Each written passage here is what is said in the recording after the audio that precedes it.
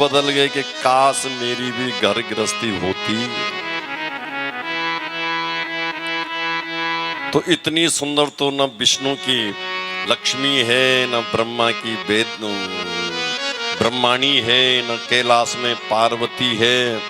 तीनों लोकों में ये तो बिल्कुल ऐसा जैसा कि सोने में सुहागा शोभा पाता है और मणियों में जैसा नीलम मणि पाता है, सोने के ऊपर शोभा पाता है, ऐसे ये मेरे साथ शोभा पाती है और मैं इसके साथ शोभा पाता हूं। आंखें बंद कर दी नारद जी ने, ठंडी ठंडी श्वास बनने लगे।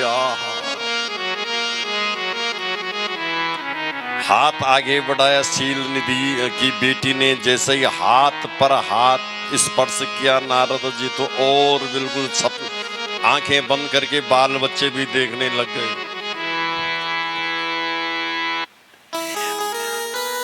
ठीक उसके बाद जैसे ही थोड़ा सा हाथ हिलाया विश्व मोहिनी ने तो ऐसा लगा कि बिल्कुल ये मेरे पैरों में बैठ करके मेरे पैर दाव रही है, सिर को दाव रही है, ये सेवा कर रही है।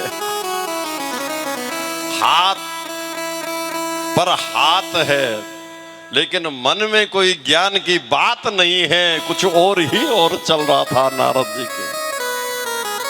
शील निधि ने कहा महाराज कहां खो गए हो? अरे नहीं मैं देख रहा हूं तुम्हारी बेटी का विवाह उससे होगा राजा जिसने कामदेव पर विजय पाई हो, नंबर 1। नंबर 2, जो अबाध गति से बिना विमान का कहीं भी जा सकता है और कहीं भी प्रकट हो सकता है। और ऐसे ना विष्णु है, विष्णु के पास वाहन है क्या? गरुड़। शंकर भगवान के पास वाहन है नंदी। ब्रह्मा जी के पास वाहन है हंस। और नारद जी के पास कोई वाहन नहीं पर सबसे पहले ही पहुंच जाते हैं।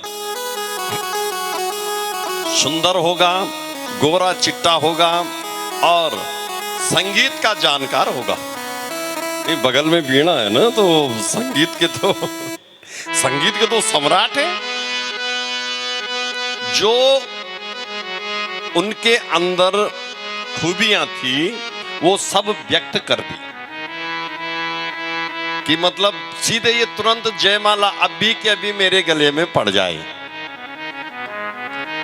शील निधि ने कहा महाराज चलो अब आबाद गति से उड़ने वाले से विवाह करे या कछुआ के ऊपर बैठ करके यात्रा करने वाले से विवाह करे, ये तो अब कल डिसाइड होगा। मैंने इसका स्वयंवर रख दिया है, जिसके गले में ये जयमाला पे डालेगी वही इसका पति होगा। उस वक्त बहुत धक्का लगा नारद जी को कि लो, अरे क्या जरूरत है स्वयंवर की? नहीं मैंने प्रण कर रखा है। अब क्या करें? अब सज्जनों, हरि कथा प्रेमियों, माताओं, मैं रह न जाऊं। तुरंत वहां से नारद जी भगवान विष्णु के लोक में पहुंच गए और भगवान विष्णु के पास गए, प्रणाम किया और कहने लगे प्रभु हरि करुणा निधि मन दीख विचारी उर अंकर हो गर्भ तरु भारी। हे करुणा निधि, अब आप मेरे ऊपर अनुग्रह करो, मेरे ऊपर कृपा करो। इस वक्त मुझे आपके सहायता की आवश्यकता है। आज तक मैंने किसी से नहीं मांगा, शिव से नहीं मांगा, पिता ब्रह्मा से नहीं मांगा। भगवान विष्णु मंद मंद मुस्कुराते हुए कहने लगे कहो कहो नारद क्या चाहिए? बोले मैंने एक सुंदर नगरी देखी है जिसका नाम है माया नगरी और उसके एक राजा हैं शील निधि, उसकी बेटी विश्व मोहिनी। महाराज क्या वर्णन करूं, ऐसी कन्या ऐसी सुंदर है, आंखें उसकी मृग मतलब कमल नहीं उसकी आंख हैं, मोरनी जैसी उसकी चाल है, हिरनी जैसी उसकी दृष्टि है और क्या सुंदरता बताऊं मैं, चंद्रमा की शीतल किरणों जैसे उसका स्वरूप है। और महाराज आंखें तो उसकी इतनी शर्वित हैं कि एकदम झुकी हुई आंखें हैं। अच्छा तो महाराज वो पसंद आ गई है और मैं उसके साथ विवाह करना चाहता हूं। तो बोले जाओ आराम से करो। बोले ऐसा ही नहीं होगा, उसका स्वयंवर है। और स्वयंवर में क्या देखा जाता है कि पत्नी, माता, पिता, कुल, बांधवा, पद, प्रतिष्ठा। माँ क्या देखती है कि धन परिवार कैसा है, धनवान है कि नहीं है। पिता कुल देखता है कि कुल खानदान कैसा है। भाई पद प्रतिष्ठा देखता है। और लड़की और लड़का, दूल्हा और दुल्हन के वो रूप रंग देखते हैं कि दिखने में हैंडसम है कि नहीं है। अरे गरीबी अमीर तो झेल लेंगे पर जोड़ी बढ़िया होनी चाहिए, ठीक है। तो महाराज कहीं कोई और ऐसा कोई कामदेव ने छल कर दिया, उसने बदला ले लिया मेरे से। जब तो आप मेरे से क्या चाहते हैं? भगवान ने कहा, नारद जी ने कहा प्रभु आप कृपा करो, हरिशन मांगू सुंदरताई, हो वही जगत गहरो अति थाई, हो वही जगते गहरे अति थाई, हो वही जात गहरो अति थाई, हो वही जाते गहरे अति थाई। अरे भगवान मेरे ये आपके सिवा कोई नहीं है, बस आप ही मेरे ऊपर दया कर सकते हैं। मोरे हित हरि क्षम नहीं को, मोरे हित हरि क्षम नहीं को, यही अवसर सहाय सो होते अवसर सहाय सोई सो। आपने सदैव मेरे ऊपर कृपा की। कामदेव पर भी मैंने अगर विजय पी, फिर वही गीत गा रहे हैं तो तभी तो जब आपने कहा कि तपस्या करो। भगवान ने कहा तो आपको मुझे जो मांगना है जल्दी मांगो। अब नारद जी क्या मांग रहे हैं? ऐसा बोलते हैं कि आप मुझे अपना आशीर्वाद दो, तो भी शायद विवाह हो जाता। अगर ऐसा बोलते हैं कि आशीर्वाद दे दो, बस आपके आशीर्वाद से मेरा कल्याण होगा, तो बहन तो हरि कथा प्रेम शायद भी विवाह हो जाता शायद। पर क्या मांगा? आपन रूप देहु प्रभु मोही, आपन रूप देहु प्रभु मोही, आन भांति नहीं पाऊं कोहू, आन भांति प्रभु पाहो दो। बस भगवान को कहा अपना रूप मुझे दे दो। भगवान ने क्या कहा कि जही विद हो वही परमहित, नारद सुनऊ तुम्हार, सोही हम करब न आन कछु, वचन न मृष्य हमार। जा जैसा जिस विधि से तेरा कल्याण होगा, क्या बोला कि जही विधि हो परम हित, नारद सुनऊ तुम्हार, जिस विधि से तुम्हारा कल्याण होगा मैं वही कर रहा हूं। नारद जी यहां पर समझे नहीं, पर भगवान ने कल्याण ही किया। अब भगवान ने हाथ पैर तो का रूप रंग अपना दे दिया, पर चेहरा बंदर का दे दिया।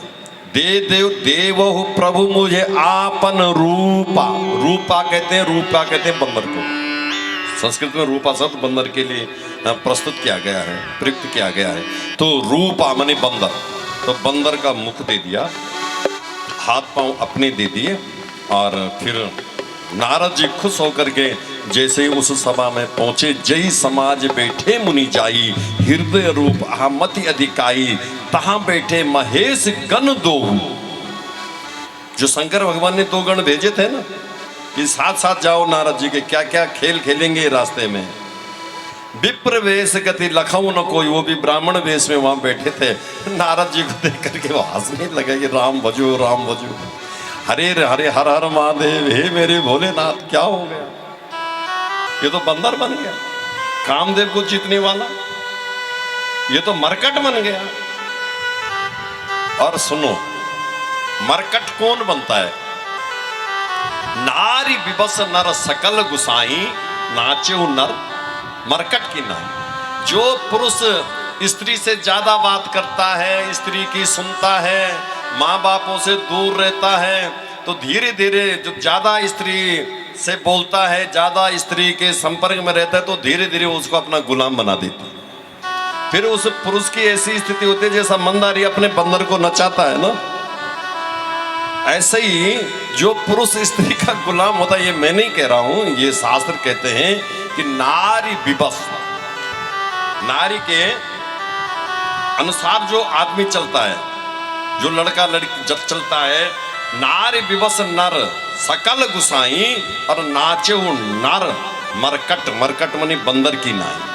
बंदारी जैसा उसको नचाता है वैसे उसकी घर वाली उसको नचाते कि चल किराए में चलते हैं अपन, क्यों देना है उनको पैसा, सैलरी कहाँ आ रही है उसको इधर कर, ठीक है ना। अपना वो क्रेडिट कार्ड वगैरह वगैरह एटीएम पेटीएम सब अपने पास रखते हैं, किसी को चौनी न दे सके।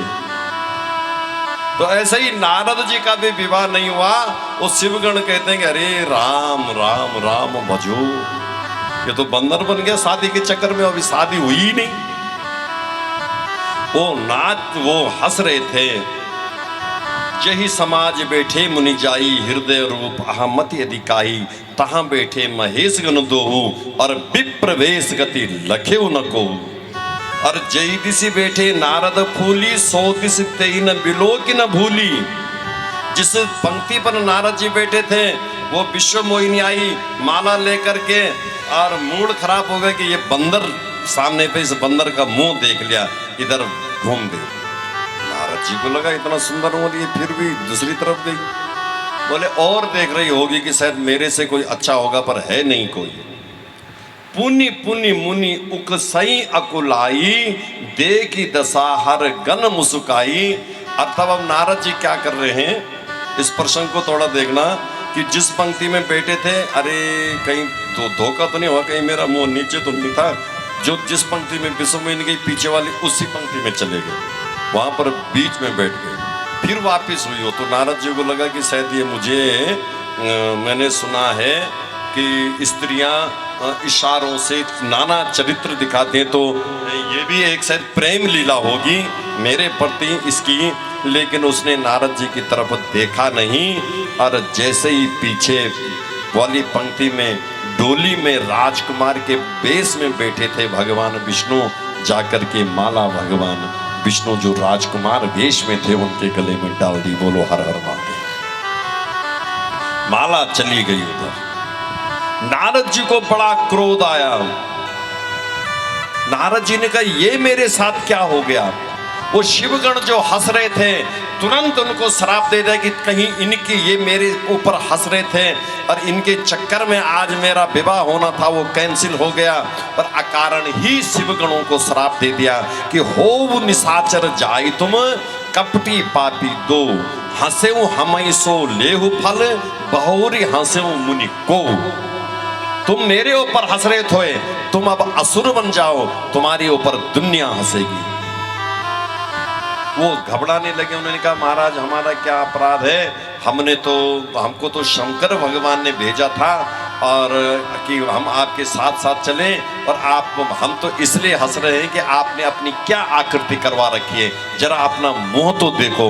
जब जलाशय के पास नारद गए और देखी कपि आकृति तुम कीन, और जब देखा कि ये मुझे बंदर का रूप, क्रोध में लाल पीले हो गए और सीधे गए बैकुंठ में जहां भगवान विष्णु बैठे थे।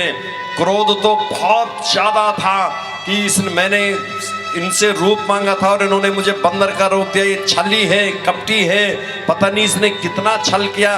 बामन बन करके इसने बलि के साथ में छल किया, समुद्र का मंथन करके जहर निकला, वो भोले बाबा को पिला दिया, उसको नीलकंठ हो गए। पता नहीं कितने छल और कपट किए हैं। आज बताता हूं, अभी गुस्से में जा रहे हैं। और जब बैकुंठ में पहुंचे तो वहां क्या देखा कि इधर से लक्ष्मी जी बैठी हुई है और बगल से वही विश्व मोहिनी राजकुमारी बैठी हुई है।